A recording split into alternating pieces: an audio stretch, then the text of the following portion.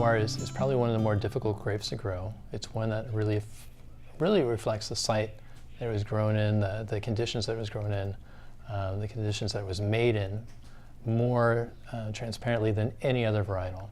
So if it's a really hot year, it's going to show in the glass.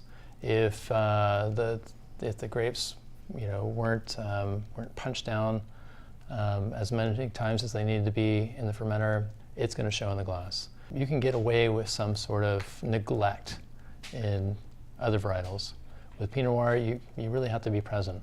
So I like it because it's engaging. I like because it does reflect what you've done to it, and so you can see, your efforts and the efforts of all the guys in the vineyard and the cellar right there in the finished wine.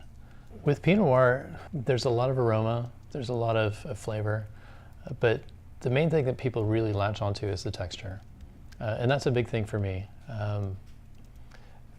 For Pinot Noir to be complete, it's got to have a silkiness in the finish and the mouthfeel, and that kind of trumps everything else. In fact, if you look at a lot of Pinots in the market, they can be really light, they can be really dark, but it's really how it feels in the mouth and how it goes along with whatever you're having that makes a difference. And with our Pinot Noirs, that's basically what we're trying to lock in. In the Russian River appellation, we've got 4 vineyards to work with to make sure that our style is consistent from year to year. That the texture we're looking for is what we're shooting for in every year.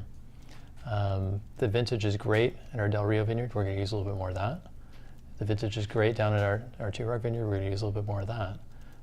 It's really that final blend that's going to make it. And if we get the texture right, then everything else is going to fall in line. The aromas are going to be great. The flavors are going to be fantastic. And if we've got that foundation with texture, then it's all going to come together perfectly.